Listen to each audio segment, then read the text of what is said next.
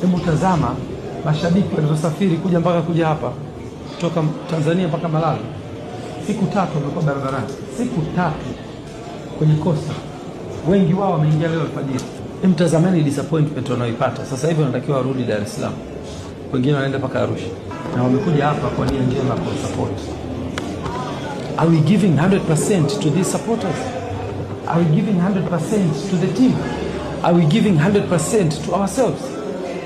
Style ya leo tumecheza, tuko very down. Yani tumeingia kwenye intensity na ile pace ya kwao.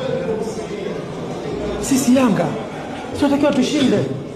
This is our culture. Yabachama tukapindua meza kule au tutolewe kabisa. Atakibadilisha matukio ni nia. Maki kuna kipindi cha siku 5, 6, 7 tunaenda kucheza tena Jumamosi. Hakuna alternative hapa zaidi ya kutafuta solution ya kushinda.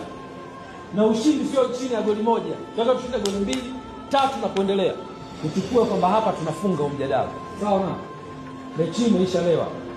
Sasa hivi vision ni kujipanga kwa ajili ya mechi ya tarehe 25.